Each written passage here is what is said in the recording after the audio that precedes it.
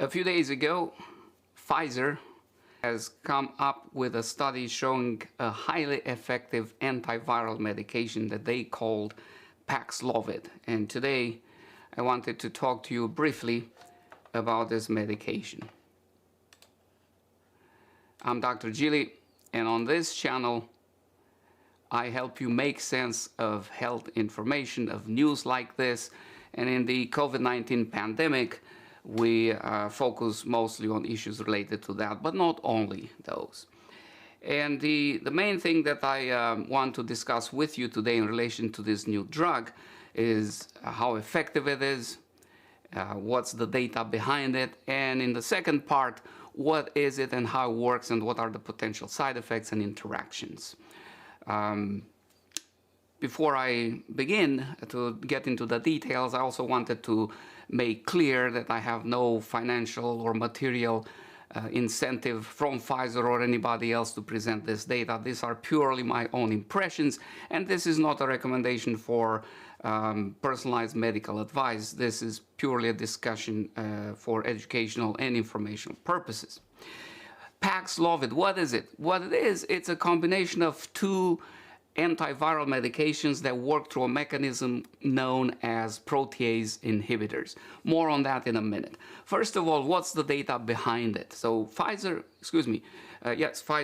last Friday came up with this article where they said they stopped a study looking at the effectiveness of this medication in patients infected with COVID-19. They stopped it early for ethical reasons because the rate of effectiveness was so good.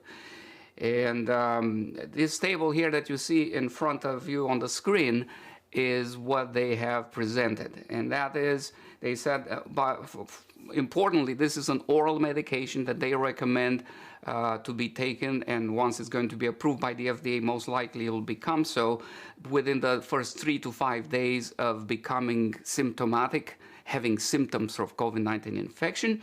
And what they did in this study is they followed people like that who were symptomatic and having a positive diagnosis of active infection with COVID-19. They followed them for about 28 days after taking this treatment in the beginning of that interval. And here's the data. So what they did, this is the study where it shows the data for the first that was taken in the first 3 days of getting symptomatic. They had two groups. They have the treatment group with Paxlovid here with 309 people. 3 ended up being hospitalized, none of them died. In the other group, similarly powered, 385 people, the placebo group, 27 people ended up in the hospital and 7 people died. And this was, of course, a placebo-controlled, as you see here. They did have a placebo group, double-blinded study. And so to the extent that the methodology was followed, and I don't have any reason to believe it wasn't, this is a highly powered study.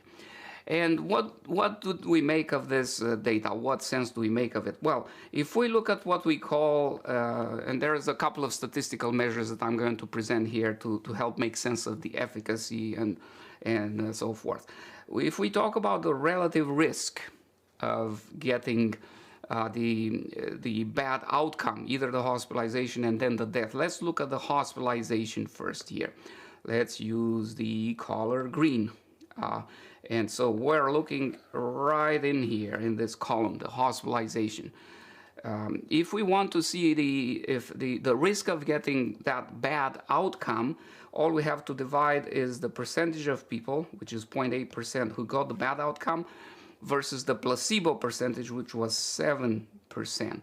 And what we what we get there is a risk of getting hospitalized of about 11.4% with the medication. And so what the opposite is also true, and that is those who were treated had an 88.6% risk of not getting that, or chance of not getting that outcome, and that's the efficacy of this medicine. It's about 88-89% effective, which is huge, for an oral medication taken for a few days early in the course of the disease to prevent almost 90% of people from getting into the hospital, let alone dying. None of them died really, is really huge. Another measure that we oftentimes use in this context is what we call the absolute risk reduction. And when we calculate that, what we really do is we divide the percentage of people who get the outcome, the hospitalization in the placebo group, and we divide from that the number, or the percentage, I should say, of people who get that outcome in the treatment group, those who got the medication. And what we get here is we get a 6.2% of people who, as an absolute risk reduction. This looks small. Maybe it doesn't make a whole lot of sense. What is the difference between absolute and relative risk reduction? The first one was the relative risk reduction there. This is a measure of efficacy, the relative risk. The absolute risk reduction is used to determine an all-important number when we talk about new drugs and medications in general, and that is the numbers needed to treat. This is a number that we use when we evaluate medications to tell essentially how many people we need to treat before we can see the positive outcome that medicine is supposed to do. And the simple way to measure that is you do the reverse of the absolute risk reduction. So 1 divided by that, so that would be 1 divided by 0.062, and you get about 16. So this number, my friends, is really, really good for a drug. Few drugs have this low number needed to treat. In other words, you only need to treat 16 people to prevent a hospitalization. Again, we're looking here at the hospitalization column. For deaths, the number needed to treat is around 60. That's for deaths here on the next column. But 16 is the number needed to treat to prevent the hospitalization. So again, really good numbers, excellent numbers. They also did a similar study on people who received the drug within the first 5 days of getting diagnosed with COVID-19. And you see here similar numbers and similar percentages. None of the people who got this treatment within the first 5 days of getting symptoms died. Only 6 got hospitalized out of about 600 people in each group in that category. So again, excellent numbers. I think if these numbers stay, and again, I have no reason to believe they don't, and it gets approved, it's a matter of how much of this medicine Pfizer is going to be able to produce in time so that people can use it. And we'll get back to that aspect in a moment here. I wanted to, in the second part of this presentation, I want to discuss with you a few details about how this medicine works, because I mentioned earlier that Paxlovid is a combination of 2 protease inhibitors. Protease inhibitors. What in the world are protease inhibitors? These medications belong to a class that was developed way back in the day when medications to effectively treat HIV infection, which is another RNA virus, were developed. And if you very briefly look at the picture in front of you here, it describes the life cycle of the COVID-19, of the SARS-CoV-2 virus. When it attaches to the receptor on the cell here, it gets engulfed in the cell, and then it disassembles, and the genetic sequence, the genetic material of the virus, this little coil here that I'm underlining, is being transcribed after the virus hijacks the protein-making machinery of the infected cell.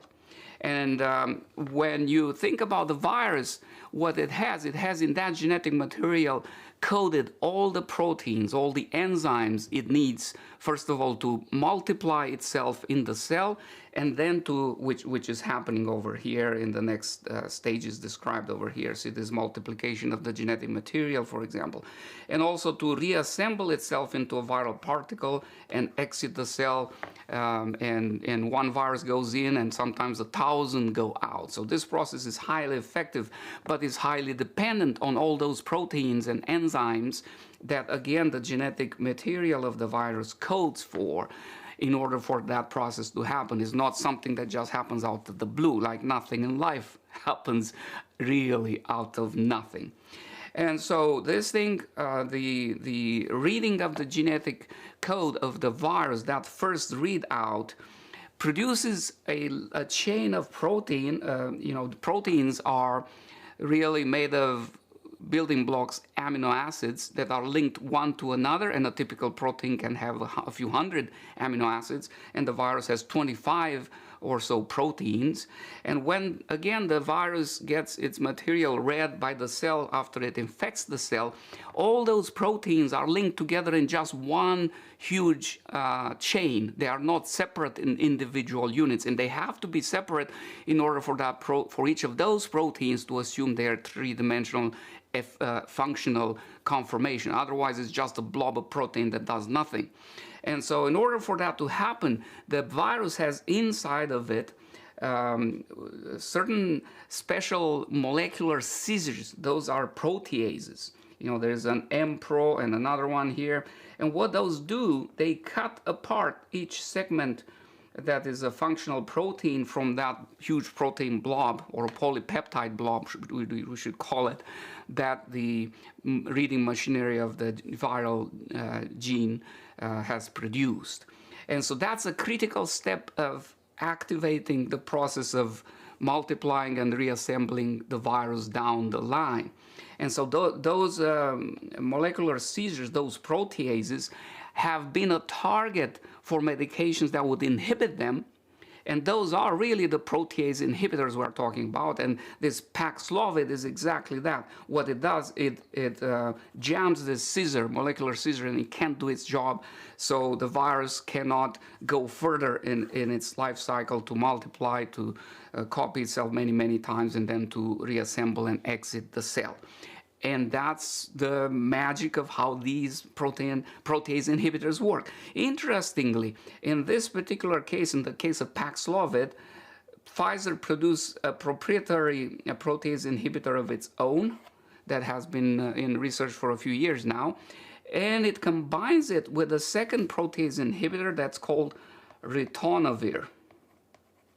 Ritonavir has been around for a while, and it's used in treatment for HIV quite a bit, and also in treatment for hepatitis C, for example. It's another viral infection. And so the question is, why do they need to combine them? Well, they are both protease inhibitors, so two is better than one, but even more so, this ritonavir here, it's actually a booster. It acts as a booster, and I'm going to explain that in a minute here, what I mean by that. When you take these medications by mouth, which is their big advantage, you don't need to go to the hospital to get an infusion or anything like that. It's a pill you take by mouth. It gets into your intestine, and in the intestine, over here, it needs to be absorbed through the intestinal cells into the bloodstream. This would be here a blood vessel, and the blood vessel takes it all the way into the liver, and then from the liver it goes into the body and into the cells where the virus is trying to infect and block it, just like we described earlier. Well, the body is designed in an intelligent fashion, in the sense that nothing happens by random chance. These things cannot go all over the place wherever they want without the body filtering and trying to sort out what's good and what's bad and what's needed and what's not needed. And the body is not designed to allow these, any drug for that matter, Paxlovid or ritonavir included, to go without any hindrance. And so we do have, even in the intestinal cells over here, they are equipped with universally present, it's called CYP, CYP, I think it's 3A4, CYP 3A4, enzymatic system or mechanism where they label this molecule that's recognized as being foreign, as not necessarily something that the body makes or needs, it attaches a molecular label to it, and it gets excreted, it gets metabolized. So that destroys a part of that Paxlovid right here at the absorption site. Moreover, when this Paxlovid gets into the liver cells, the liver has a lot of this CYP also, and And that, the liver is the main metabolizer of drugs and everything else in the body. So that also gets metabolized or destroys some of the Paxlovid. So a good portion of it gets taken out, so to speak, even before it makes to the tissue, say into the lung or the respiratory tract, to do its job. And so how do we get around this problem? This is where the big pharma comes into play, because they have the money and the budgets to do all this research and testing. Well, the purpose of ritonavir being included in the composition of this Paxlovid is that ritonavir not only is a protease inhibitor in itself, but what it does uniquely, if we look at ritonavir, let me change the color here to make it more obvious. So let's say we have ritonavir. So what ritonavir does, it inhibits this CYP3A4 both in the intestine and in the liver. It exerts this inhibitory effect. So the end result is that we absorb more of this Paxlovid, and it's more effective together with the ritonavir itself. The story is even more complicated than that. For example, in the intestinal cells here at the absorption side, there is another process that the body is designed with. It's called the glycoprotein P, and that also takes some of the Paxlovid out and back into the intestine to get rid of it. And the ritonavir inhibits that also. So it's a multiple targeted enhancer of absorption of protease inhibitors, and that's why it's oftentimes used whether in Hep C treatment or HIV treatment, and now in treatment for SARS-CoV-2 infections, to enhance the absorption, to enhance the effectiveness of those protease inhibitors.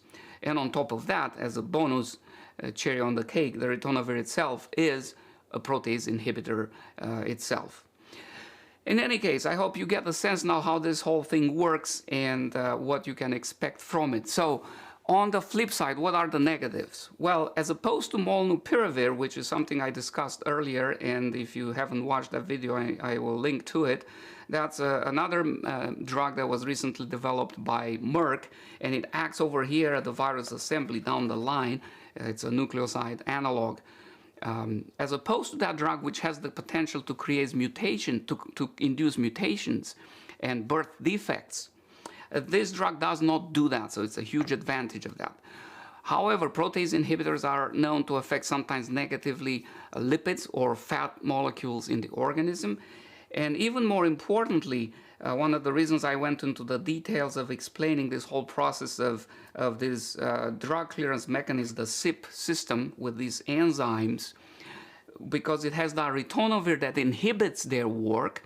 If somebody takes other medications that are normally metabolized and cleared out to the system by this important drug clearance process, the CYP system, by inhibiting it, we then risk to have drug-drug interactions. In other words, somebody who takes Paxlovid may end up having much higher concentrations of some of the other drugs that they normally take, say, on a regular basis. Say we have somebody with atrial fibrillation and they are on something, let's say, amiodarone, that is dependent on this enzyme to be cleared. Well, their amiodarone concentration can go through the roof unless there are some adjustments made while they take this Paxlovid. Fortunately, it's only needed for a week or so, so it's not like you have to take Paxlovid for weeks or months on end. But still, this is a potentially serious side effect that has to be looked at and kept into consideration, and that's why you will need to talk to your doctor if you ever needed to take this medicine. It's not something you're going to get off the shelf over the counter for this reason, and also importantly for the reason that Pfizer is trying to make money just like any big pharma company. You know, when they come up with these things, a course of treatment apparently is going to cost the same as Merck's molnupiravir, which is about $700 per course of treatment. That's quite a bit of money. But they are there for profit, and I can't change that. I wish I could. I hope that the list will do what Merck has done, and that is to share the formula for this drug for poor countries and pharmaceutical companies there that could make it at an affordable price for people in Africa or Romania or other places where they couldn't afford to pay $700 for a course of treatment, or their insurance even couldn't do that. Anyways, I hope this has been helpful. Let me know your thoughts, and if you have any questions, feel free to post them in the comment section below. And until next time, you stay healthy and you stay wise, my friend.